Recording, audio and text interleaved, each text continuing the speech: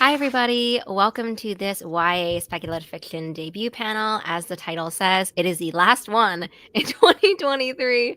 We're really getting to the end of this panel series, but we are getting ready for 2024. So no rest for me. But I'm so excited to be doing this panel. If you don't know who I am, my name is Lily. I am the moderator for this panel, the face behind like Utopia State of Mind on the internet. And I'm going to have our lovely panelists tell us about their books, and we will then go into my questions. And if you have any questions, please drop them in the chat, and I will remember to get back to them. So, Leanne, do you want to start with author intros? Hi, I'm Leanne Schwartz. My book is A Prayer for Vengeance. It's a Roman-inspired fantasy about a city-state protected by hundreds of sacred statues until an autistic poet accidentally awakens one, and she promptly begins murdering all of the city's holiest men.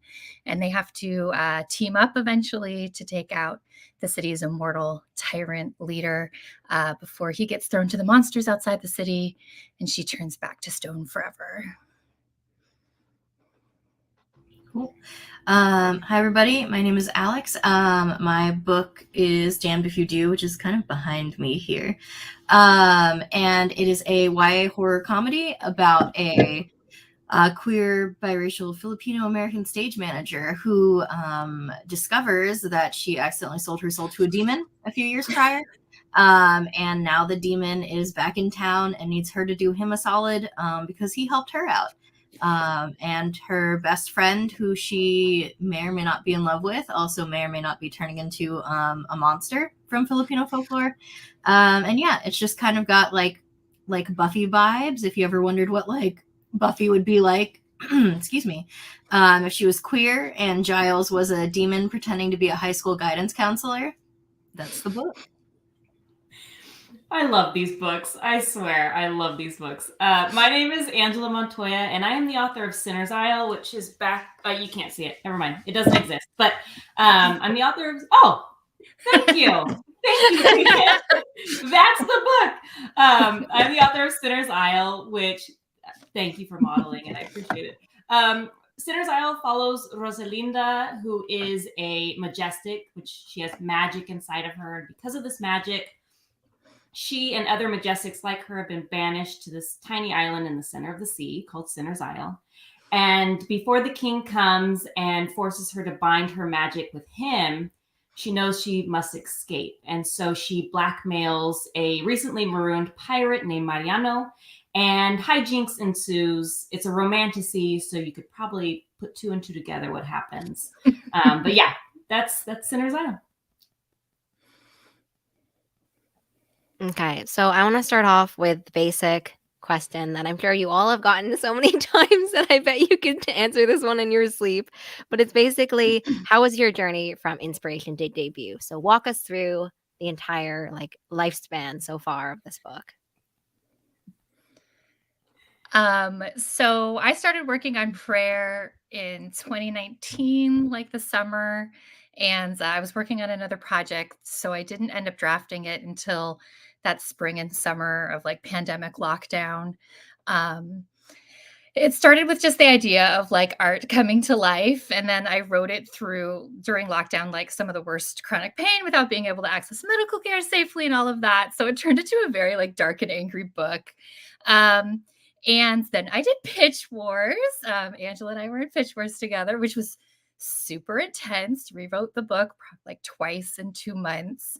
And then nothing happened. Pitch Wars is a mentorship program, and there was wonderful mentorship. That was all great. And then just nothing happened with the book. And I was actually querying what became my book 2 when I sent it out one last time, and all of a sudden, very, very quickly, agent book deal. And so it's really been special to get to return to this book and to get Milo and Gia's story out there to people in the end, when for a long time I had kind of moved on from it. So it was really wonderful to see. I was very nervous debuting. That was all very stressful and anxiety inducing, but it's been so lovely. Like now that we're post debut, like when you just get to have it out there and and hear from readers that, that they enjoyed it. Well, it's all worth it. Yeah, the anxiety leading up to the debut, like up to release.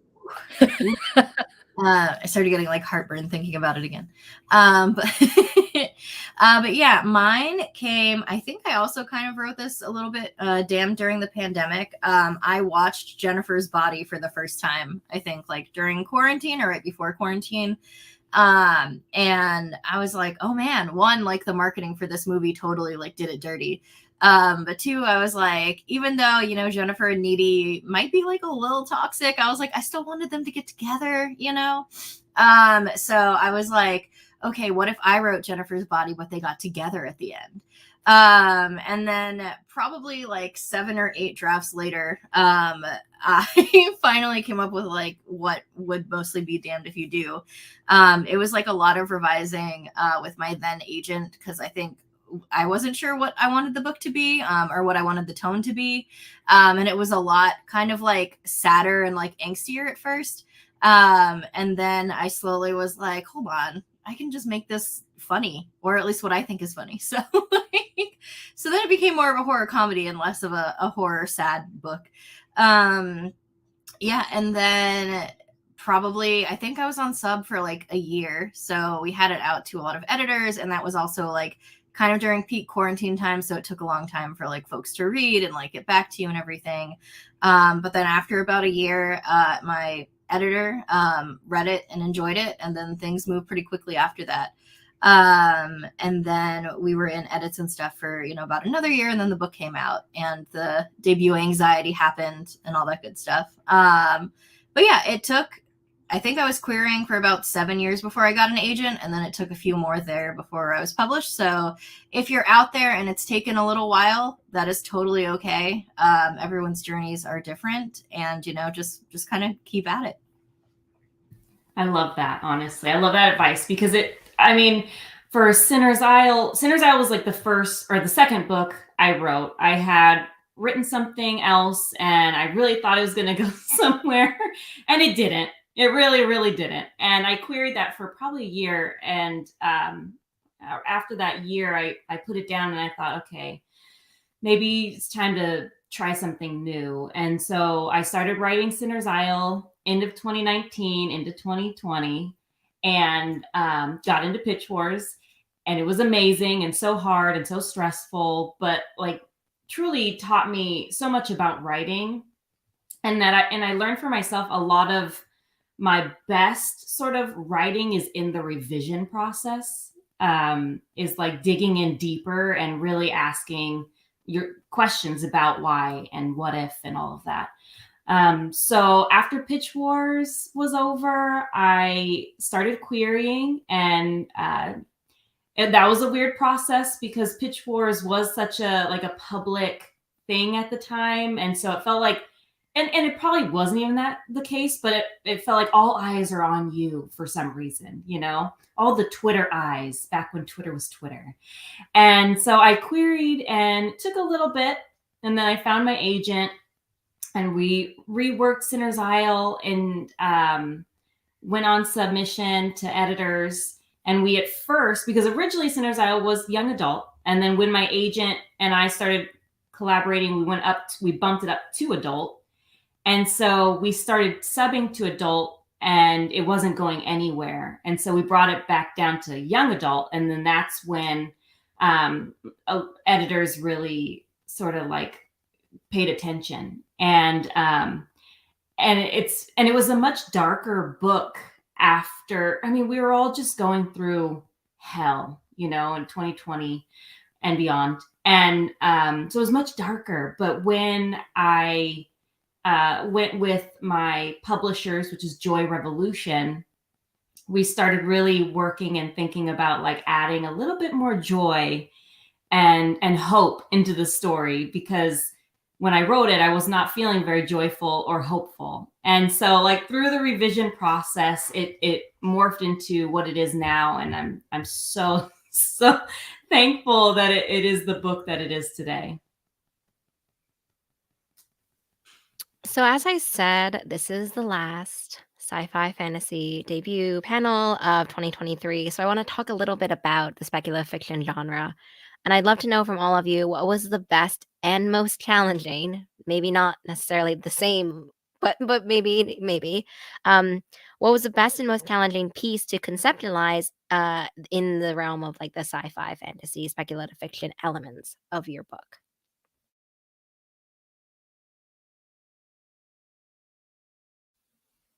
Alex, do you want to I'll, start? oh, sorry. Sorry.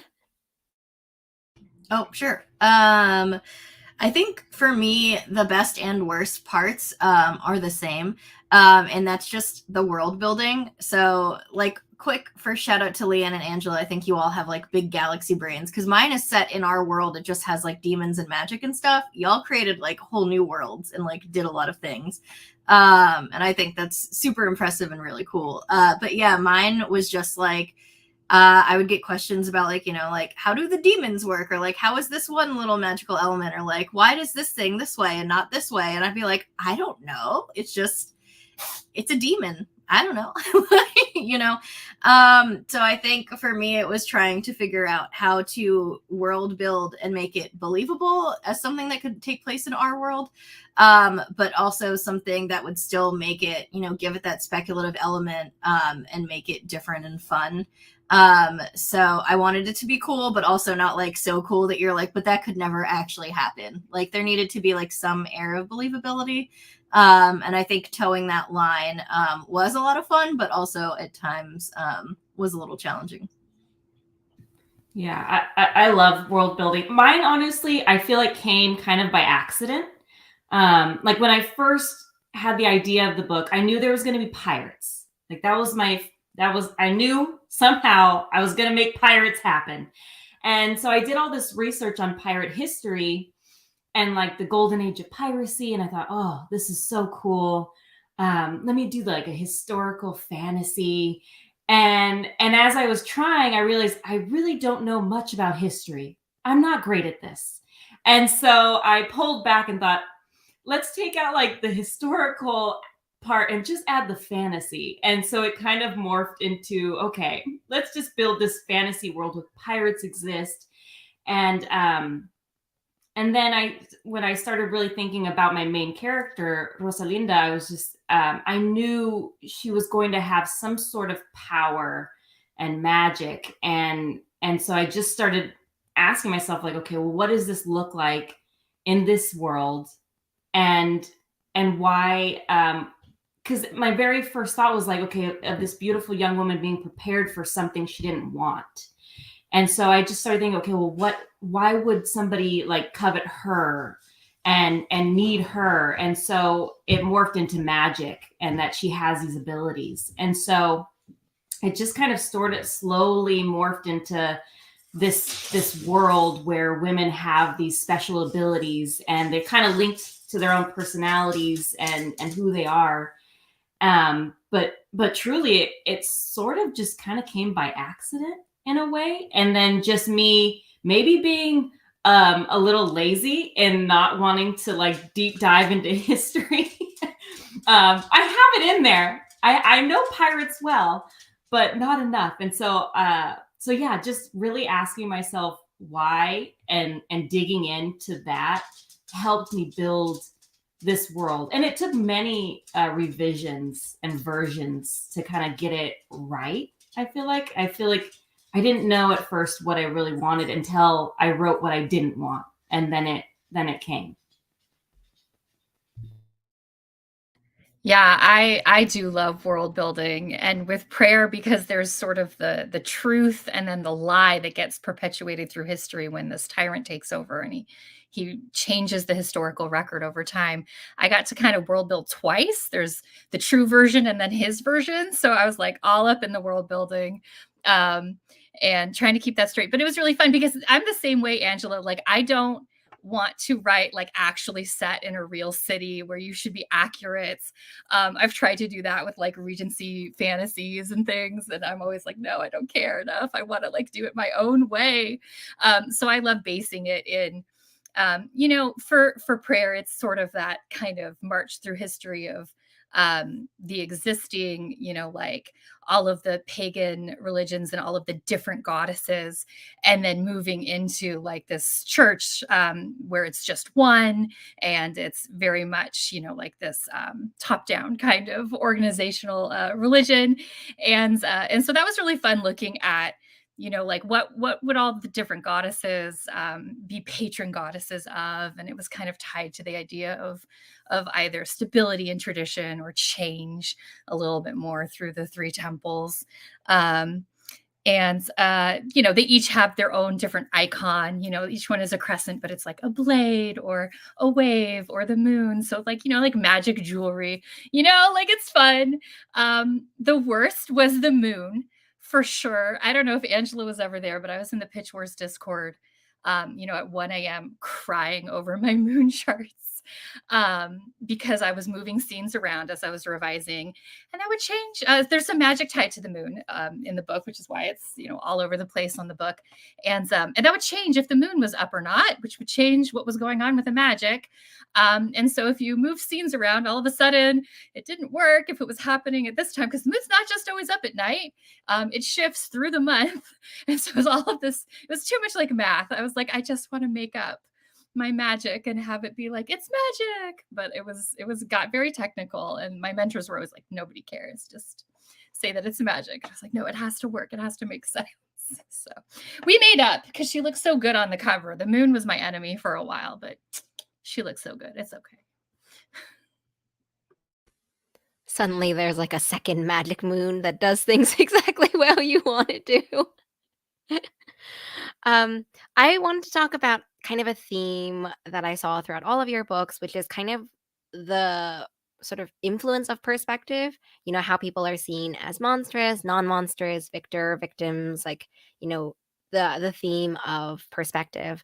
And so I would love to know from all of you, how do you think your main character is impacted by perception at the beginning of the book? And what do you think is a related lesson your main character has to learn? Ooh, I love this. I think for Rosa, and honestly, it really stemmed from a lot of my own sort of like turmoil in the world of being just a woman in the world. And that is just like us in our natural state are supposedly like sinful. Just us being women, just existing for some reason is bad and scary or sin, it's like I said, sinful. And so I made it less about her being a woman and put it as the magic, right? So it's because she has this magic, she is sinful.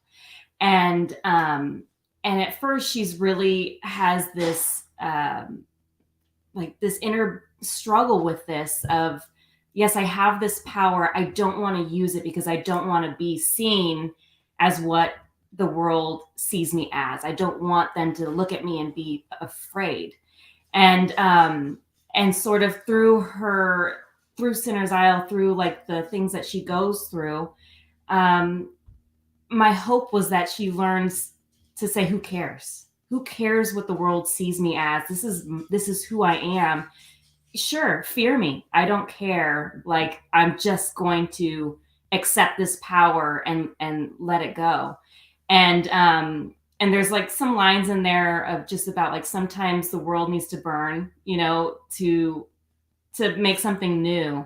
And a lot of that felt like that for her, was her own personal journey of just like letting the fear go, or trying to fit in, or trying to be this perfect human that they wanted her to be, and just letting it burn.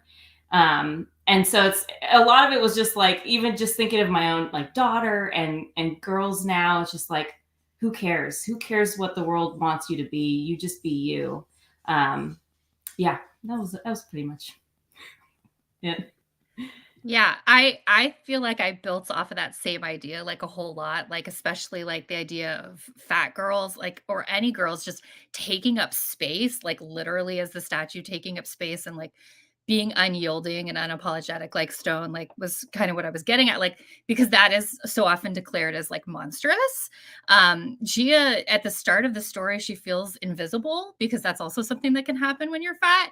And it's really like the one person who kind of pays attention to her ends up manipulating her. She kind of falls into like seeking his attention at the beginning of the story, trying to help him, not realizing what a bad guy he is, and then like lashing out and trying to get him to fear her and get his attention that way.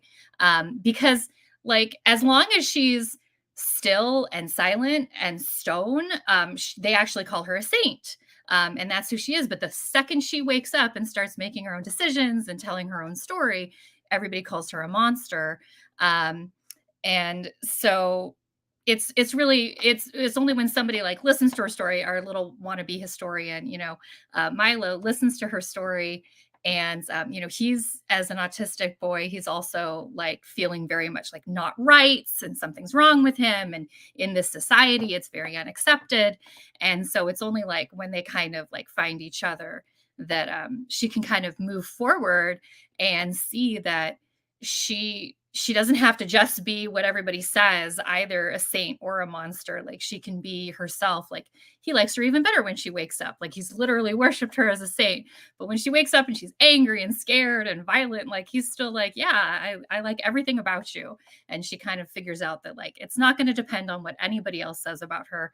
Who she is entirely made up of like her own choices and her own actions that she chooses for herself, not trying to get somebody else's attention. And that she, for all of her humanity and imperfections, like she deserves that attention and respect and love.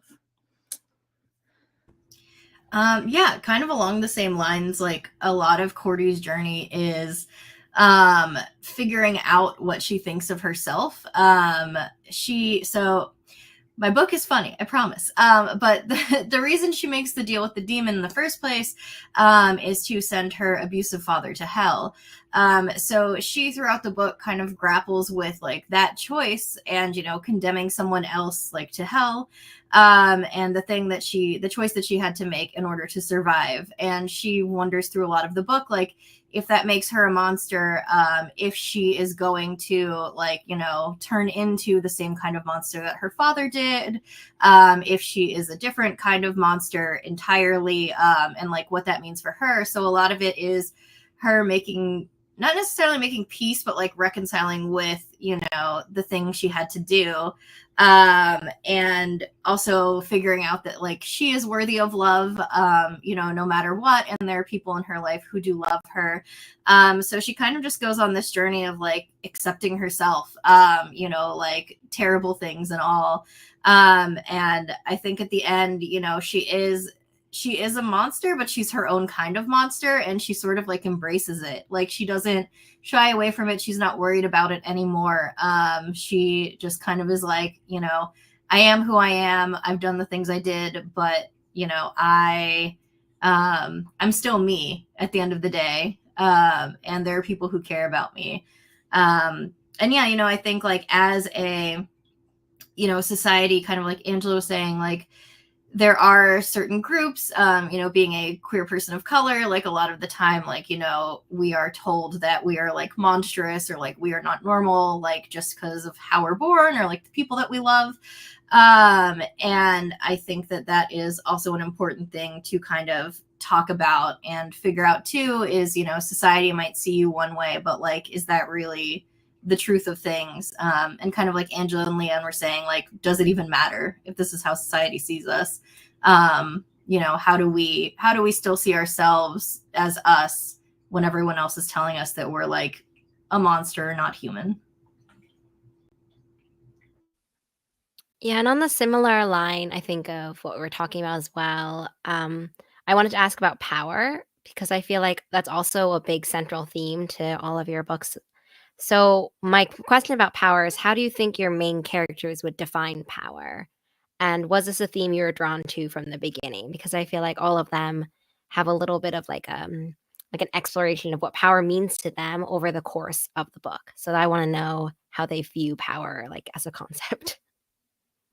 I love that. I think because mine is a dual point of view. So like for both of the characters, it really shifted. Not so much with Rosalinda, like for her, I think the power was just like over herself. For her, that's more powerful than anything, is like having the say of what you can do with your body.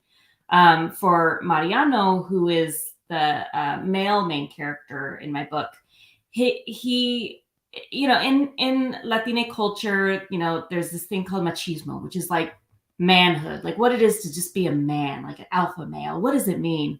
And I really wanted to kind of play with that a little bit and break it down a little bit for him. And he starts off as this cocky pirate. And for him, power is money and ships and wealth and ladies and all of it.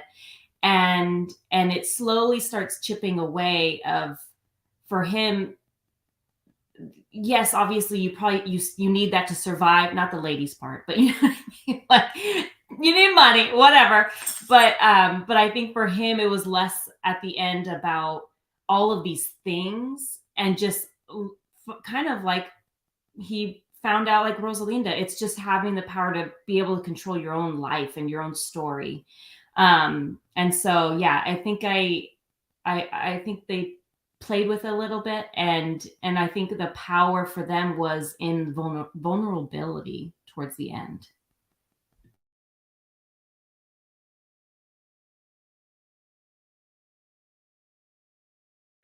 I think that I have dual point of view as well, and I think that Gia would say that power lays in physical strength.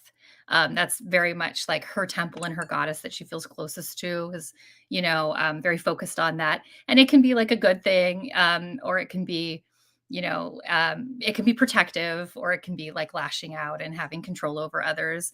And I definitely wanted to explore it through the book. The other temples are more focused on like community and collaboration and cooperation, or like knowledge and divine inspiration. Like those are the things they see as like the most powerful and like most important. But I also wanted to kind of look at like the power, like in who's controlling the historical narrative. Because there's this person who, how do you fight someone who outlives you and who even outlives like the books that crumble to dust? Like, how do you get your truth out there when somebody can, they can carve prayers into stone, and like invoke their goddess and make it come true, like literally turn what they say into truth. But like he doesn't even need that eventually. He can just like he's accumulated and amassed so much trust and control, that he can just whatever he says, that is the truth. And that was just like scary powerful to me, the idea that people can control things like that. So I think Milo's way of doing things, Milo would say, it's more like what you're willing to do and how much you're willing to sacrifice for others. He's the opposite of machismo. He's afraid of so much. But in the end, like his way of like standing up for the truth and either like refusing to perpetuate the lies or like standing up for the truth ends up almost being like the most important like weapon against this villain. Although swords are good too. Swords are real good. I'd say Cordy probably at the beginning of the book thinks one power would be the ability to like pass all your pop quizzes because she struggles with that. But two, I think on a more serious note, like power would be like being able to just kind of like protect yourself from like either people who mean to do you harm or just the world in general, because the world is, a scary, terrible place sometimes. It just is. And I think as the book goes on, Cordy kind of realizes that power is more so in like community, and in friends and in like the people that you surround yourself with who like love you and like will have your back even like, on your worst days and everything. So I think the power for her kind of shifts from like an individual like way of thinking about it, to kind of at the end, you get the classic like the power of friendship. Let's all unite to defeat the monster. Because that's just like my favorite part of like any story is when everyone comes together and then they win at the end of the day.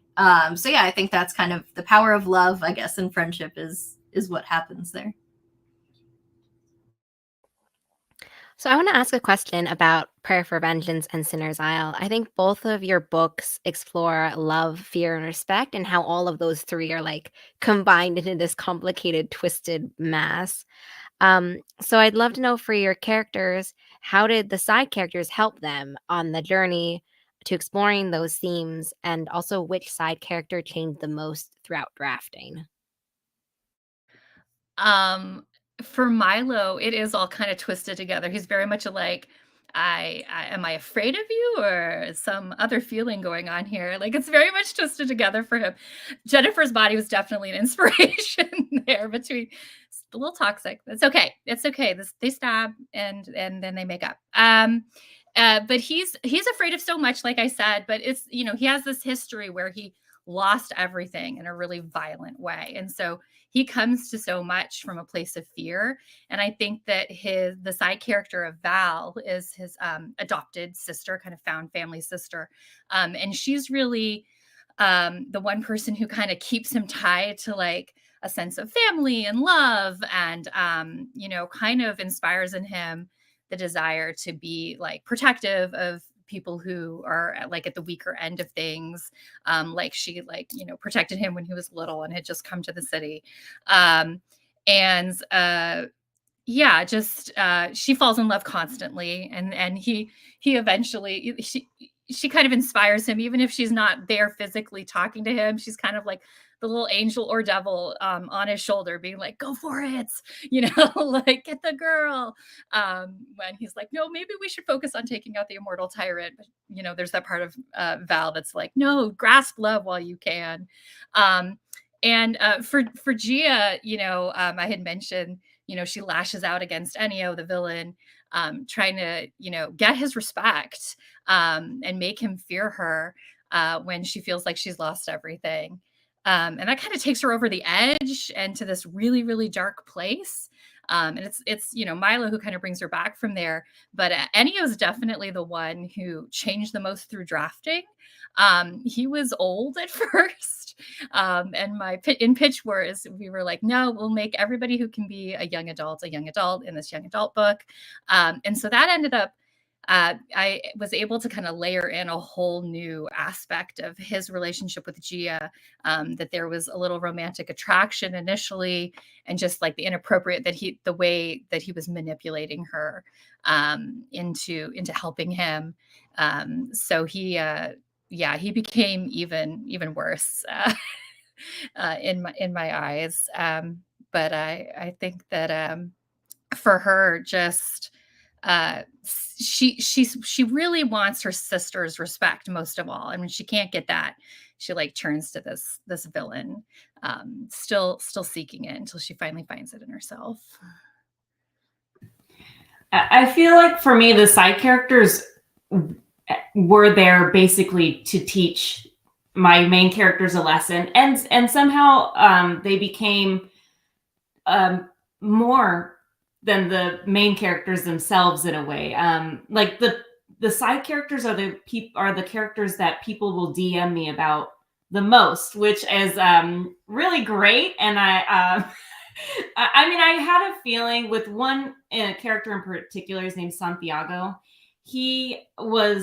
I knew who he was the day like he popped into my head. I knew his backstory. I knew his personality. I knew everything about this guy. And he really does play a really pivotal role for Mariano in particular, of opening his mind and his heart, because Mariano is so closed off, and Santi weasels his way into Mariano's heart. He doesn't give him a chance to not love him in a way, and shows him the power of friendship and this like beautiful like bromance is one of my favorite parts of the book, to be honest. And a character that really came to me by surprise was, I mean, she is like one of the main villains. Her name's Doña Lucia. At first I had her as just this like terrible, awful human that like make sure these girls stay put on the island, and does whatever she has to do to keep them there. And she still is that way. But through revisions, I sort of realized that she mirrors Rosa's story so in such a parallel way, that Rosa learns a lot of what not to do from seeing Doña Lucia at the end, like understanding her backstory and why she is so bitter and why she closed herself off and decided not to fight against, but to fight with the powers that be that hold the girls there. And so that was like a really fun aha moment where I realized, like, oh, wait a minute, like this is a really good learning lesson for her to see Doña Lucia, and understand we don't want to do that. We want to continue fighting for love or for whatever. And so that was fun. But yeah, I love the side characters. I love the side characters in every book. They really do teach you so much about the main characters. And then in Damned If I Do, or no, it's not Damned If I Do. It's Damned If you, Damned If You Do. Every time that I typed it in, I was like, this is not giving me the search results I think I should be getting right now. Justice is a central theme, and it's also a theme I think that explored in a variety of different characters, like what they think of as justice. Um, and so I'd love to know, what does justice mean to your main characters, and did you have any issues drafting that character arc like throughout the whole process of writing this? Yeah. When you said damned if I do, I was like, damned if we all do. Who knows? It's fun. Yeah, I think for Cordy, because it's only from her perspective, but I think for Cordy, justice is a lot of different things. Justice, like, first and foremost, is probably like justice for the things that were like done to her, like by a parent who is supposed to like love you and care for you unconditionally, and like what does that look like when that's not what happens. But I think there's also this aspect of like justice for kind of like the person that she could have been had all of like these traumatic things not happened. And I think, as someone who has undergone trauma, like that's something that I talk about a lot in therapy too, is like, the person you were kind of like before, and then the person that you become after, and how do you sort of merge the two together, and how do you also make your peace with this thing did happen to me, and like I am irrevocably changed, but also like it doesn't define me. So I think like her idea of justice is more so trying to figure out her place in all of it, and who she is, and like how she sees herself, and how she wants to move through the world, right? Because like you make choices every day that kind of like show the person that you want to be. And for her, it's a lot of trying to make sure that she does the things that feel true to her, and doesn't kind of live in the fear of, like what she could become. So rather than kind of like being sort of anchored down by like all the what ifs, like just choosing to be like present and in the moment. And again, like choosing to be loved, and to love and accept that love.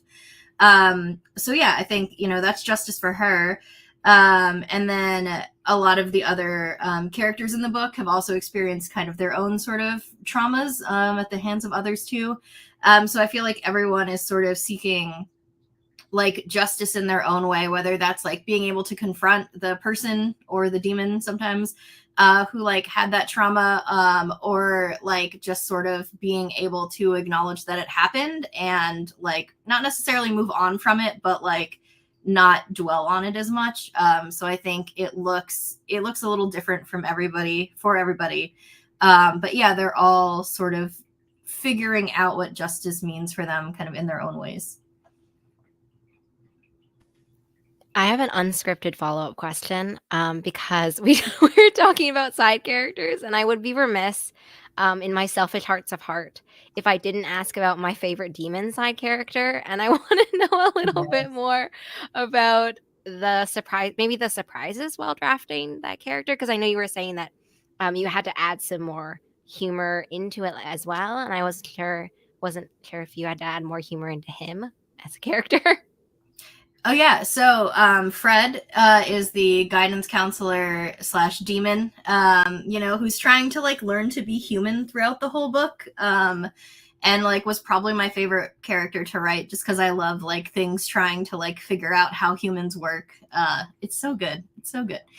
But yeah, Fred at first, when it was like a much sadder version of the story, kind of came in near the end, and was sort of just like a very, he was just sort of like a plot device, like the Deus Ex, like Demonica or whatever, you know, like he was just there.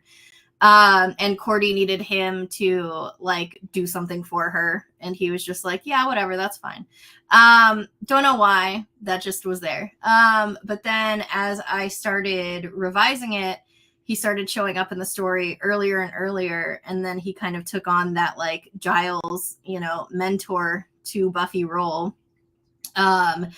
And it was sort of just like in their like interactions, like they would kind of like snark at each other, but it was clear that like, you know, he was there to kind of like help her. And a lot of his journey, kind of like Angela was saying, like sort of mirrors Cordy, and that like he also sort of like suffered trauma at the hands of like a father mentor figure, who's also a demon in the book. So, you know, I think Fred kind of sees a lot of the things that he went through in Cordy, and that kind of gives him a little bit of a soft spot. So even though he's a demon, like he kind of like, you know, has a bit of a heart. And yeah, I think he just kind of naturally, as he got more page space, just became funnier and funnier. And yeah, he's probably my favorite character. I'm so sorry, Cordy, but but yeah, Fred's great.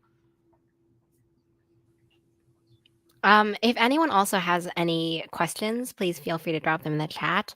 I want to ask about speculative fiction authors or worlds that inspire each of you. This is like a big question.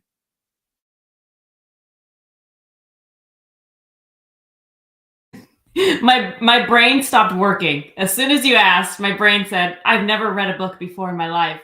I feel like every book I read gives me inspiration. Every author I've met gives me inspiration. That might just be a cop out.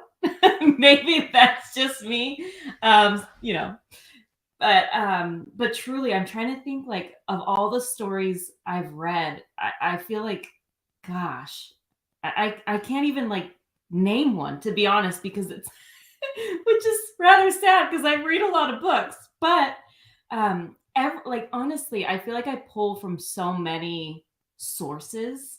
Um, anytime I know Zoraida has anything out, I'm reading, and even if it's a contemporary rom-com, I'm reading.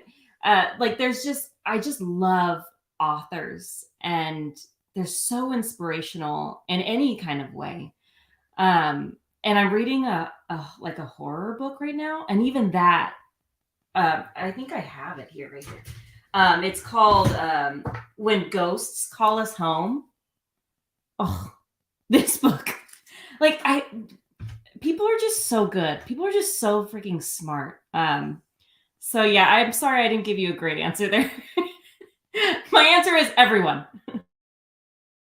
I mean, that's a good answer though. Honestly, there's so many good books out there. It's hard. I think one that popped into my head pretty quickly was Tracy Chee. I love everything she does. And she's like just such a cool person. And she also has just a big galaxy brain. I feel like whenever I'm lucky enough to get to chat with her, like I'm just like, oh my God, you're so smart. Like, can I take a little bit of your intelligence? But she just creates like such cool worlds, and puts so much thought into everything she does. So I will forever be a Tracy Chee stan. I love her. Sabata her with An Ember in the Ashes because of the amazing like Roman inspired world and just all of the, you know, shifting alliances and turns of fortune and how she layers magic into all of it. That was just like a huge inspiration as I had, you know, previous, you know, Romanesque fantasies before this one. And I comped her a lot. And Laini Taylor, because like she'll have, you know, like multiple pieces of world building, you know, different perspectives and how the characters see the world. She's not afraid of having those two different visions of the world in the same book, and it just kind of like runs off the page. Like you just believe that it just keeps going, like more than what she's putting on the page. And like going back to the very beginning, Frankenstein is one of my favorite books, like for the speculative elements, but also like how Mary Shelley like looked at the idea like through the creature of, and like inspired by her parents, and they were very into education.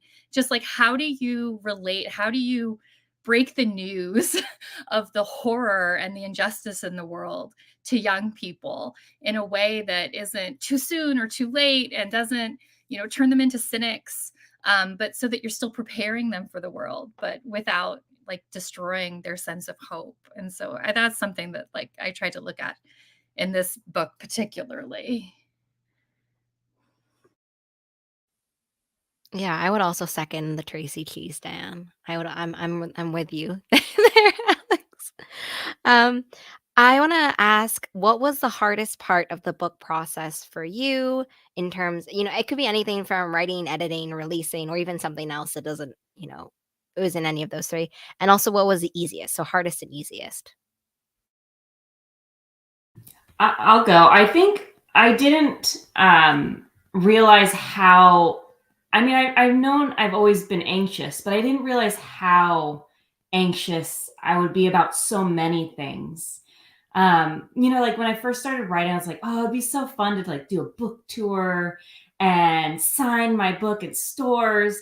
And then when it happened, my God, I did not expect to be so sweaty and like riddled with just nerves. And every single time I'm like, why did I do this to myself?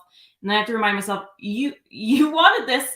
Like I didn't expect me to be just so anxious about everything. I mean, what was really nice though was having advanced reader copies out in the world and getting a preview of what like the general audience is going to feel. And getting a little sting of don't be on Goodreads, a little reminder. So like I was ready for the book to be released. I wasn't so nervous because of the arcs, because I had that feel. And so I thought I was going to be so nervous about that, but it wasn't. It was the peopling that I was more nervous about than anything, like doing these things, like podcasts, and which I have a podcast. So it's miserable. I don't know why I do it, but like all of these things, I just didn't realize how terrifying they are just to put yourself out there. And even though I've done it multiple times now, it gets scarier. It's still just as scary every time. And afterwards, I'm always like, oh, that was great. What was the problem? But my brain just will forever be rattled. And I feel like a lot of writers are natural introverts in many ways, not all of us, but yeah, peopling was the surprise, but also the most beautiful, because every interaction I've had has been the best and so special and made everything worth it. So yeah, again, just peopling. Peopling is scary and wonderful.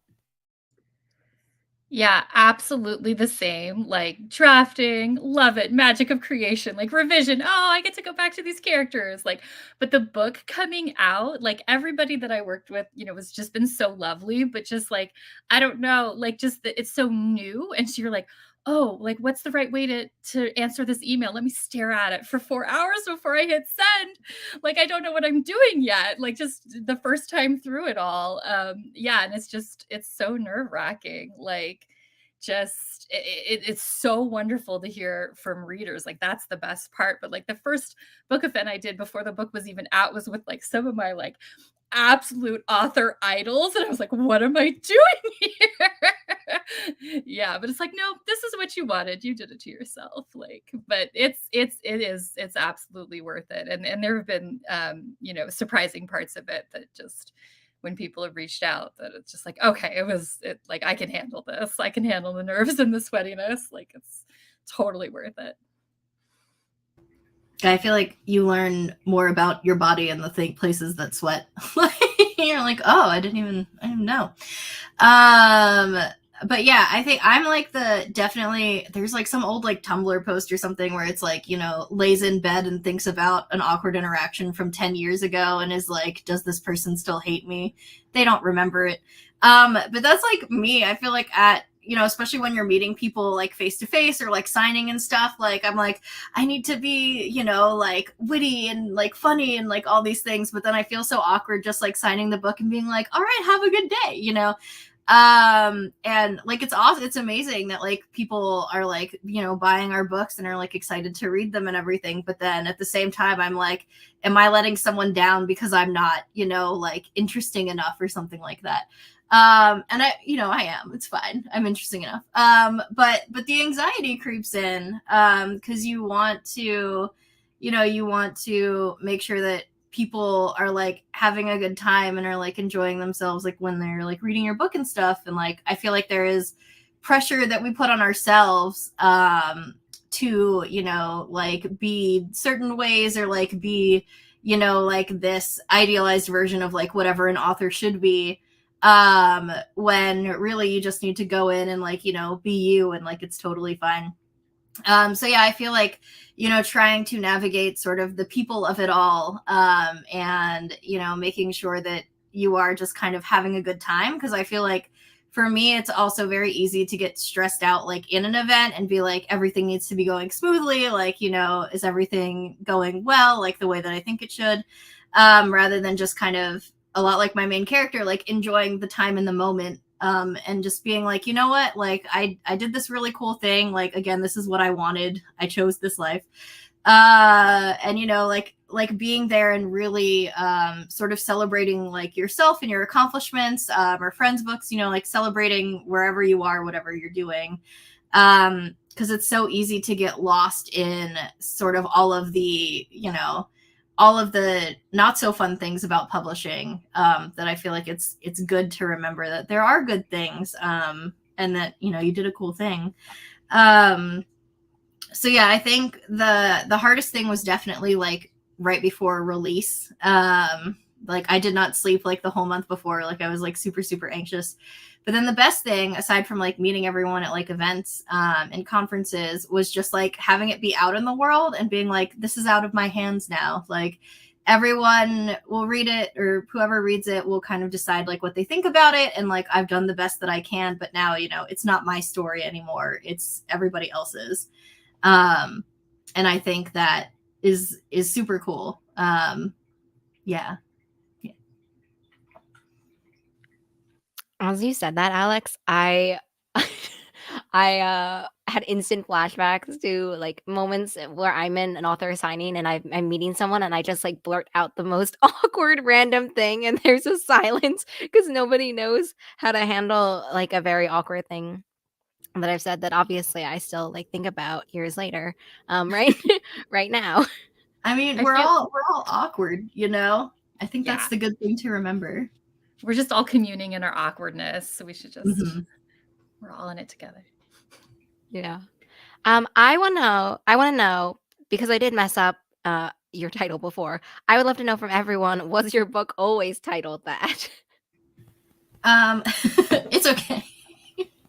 Honestly, Damned If I Do is probably better than Damned If You Do anyway. Now I'm like, can we change it? It was not always called Damned If You Do. So initially, there's a musical happening in the book too, because Cordy is a stage manager. And the spring high school musical was going to be Sweeney Todd, because I am like that musical theater kid. And I love Sweeney Todd. But as we were going through it, it made more sense to change it to like a completely original musical. And that's how we kind of worked some of the world building in. So originally the title was Not While I'm Around, which is a song from Sweeney Todd. But when Sweeney Todd left, Not While I'm Around also left because that didn't make sense. So then I started throwing around different like puns about like, demons or like hell or whatever. And then that's kind of how I wound up with Damned If You Do. That's genius. That's really good. That's much smarter than me. Yeah, Sinner's Isle is just the name of the island.